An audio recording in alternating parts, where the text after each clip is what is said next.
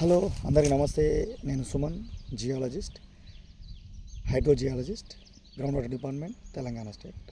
చాలామంది యూత్కి వాళ్ళు చదివే చదువుకి చేసే ఉద్యోగానికి ఎలాంటి సంబంధం ఉండదు. కానీ జియాలజీ కోర్స్ చేసి కొంచెం ట్రైనింగ్ తీసుకొని చేస్తే మీరు జియాలజిస్ట్ ఈజీగా అవ్వచ్చు. State governments, central governments jobs కొట్టొచ్చు. నేను commissioner of rural development department తరఫున నేను జియాలజిస్ట్గా సెలెక్ట్ అవ్వడం జరిగింది 2011 మార్చి 24వ తారీఖున. అయితే ఆ తర్వాత మేము చదువుకుంటున్నప్పుడు 2010లో పెద్ద యూట్యూబ్స్ ఇవన్నీ సపోర్ట్గా చేసేవాళ్ళు అంతగా లేదు. తెలుగు మీడియం స్టూడెంట్స్ అంటే ఒక ఎంత చులకన బాగుంటుంది. కానీ నా కాన్సెప్ట్ ఏంటంటే తెలుగు మీడియం అయినా ఇంగ్లీష్ మీడియం అయినా అదనేది మ్యాటరే కాదు. ఏదైనా మనం సాధించాలి అనుకుంటే మనకు ముందు తరం వాళ్ళు సక్సెస్ అయితే వాళ్ళని ఎట్లా సక్సెస్ అయ్యారు, ఎట్లా విజయాన్ని చేరుకున్నారు అని తెలుసుకొని మనం వాళ్ళు చేసే పనిలో మన సొంత తెలివిని కూడా ఉపయోగించి కొంచెం జాగ్రత్తగా చదివింది గుర్తుపెట్టుకుంటే కాంపిటేటివ్ ఎగ్జామ్స్ నాకెందుకు రాదు అని అనుకుంటే ఖచ్చితంగా క్రాక్ చేయొచ్చు. నేను అదే కోణాన్ని ఆలోచించి నేను యూనియన్ పబ్లిక్ సర్వీస్ కమిషన్లో జియాలజిస్ట్ కేటగిరీలో 2 కేటగిరీలో సెలెక్ట్ అవ్వడం జరిగింది. ఒకవేళ సెలెక్ట్ అయ్యి ఉండుంటే ఇలా సర్వే ఆఫ్ ఇండియాలో నేను ఒక జియాలజిస్ట్గా ఉండేటువంటి డైరెక్టర్ లెవెల్కు వెళ్ళేవాడిని. ఎందుకంటే 2011 కదా.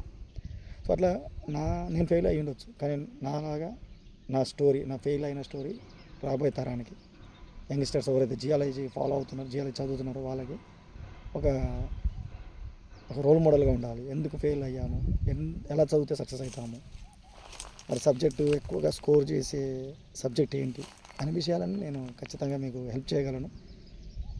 ఏపీలో ఉన్న యూనివర్సిటీస్ చాలామంది నాకు చాలాసార్లు కాల్ చేశారు. జియాలజీ మాకు అర్థం కావట్లేదు ఏ విధంగానూ.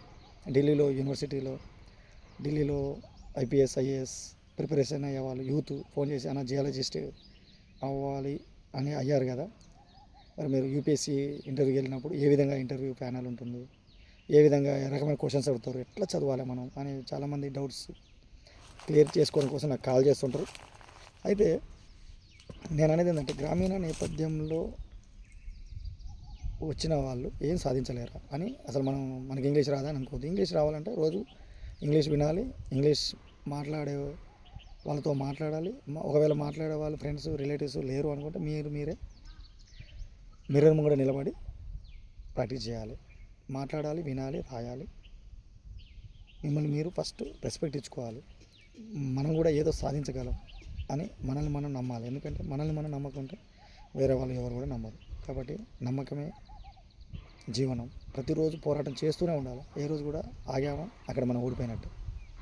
కాబట్టి నేను నా వీడియో ద్వారా యూత్కి చెప్పేది ఏంటంటే చదివే టైంలో చదవాలి, ఆడే టైంలో ఆడాలి, యవ్వన కాలంలో ఖచ్చితంగా చదవాలి, చదివే టైంలో ఖచ్చితంగా చదవాలి. ఒకవేళ మీకు నచ్చలేదా వదిలేసి మీకు నచ్చిన రూట్లో వెళ్ళండి. కానీ ప్రతి మనిషి ఈ భూమి మీద పుట్టినప్పుడు పుట్టుక మనది, చావు మనది. కానీ ఈ మిగిలిన బ్రతుకంతా ఈ దేశానిది, ఈ మాతృభూమి కోసమే ప్రయత్నం చేయాలి. మనం కూడా ఏదో ఒకటి చేసి సాధించి మన ఊరికి, మన స్టేట్కి, మన దేశానికి, ప్రజలకి సహాయం చేయాలి. మన నాలెడ్జ్ ఉపయోగపడాలనే ఉద్దేశంతో నేను ప్రయత్నం చేస్తున్నా. గత దశాబ్ద కాలం కంటే ప్రజలకు అందుబాటులో ఉండి పనిచేస్తున్నా. నా వీడియోలు మీకు నచ్చినట్లయితే లైక్ చేయండి, సబ్స్క్రైబ్ చేయండి, యూట్యూబ్లో ఫాలో అవ్వండి.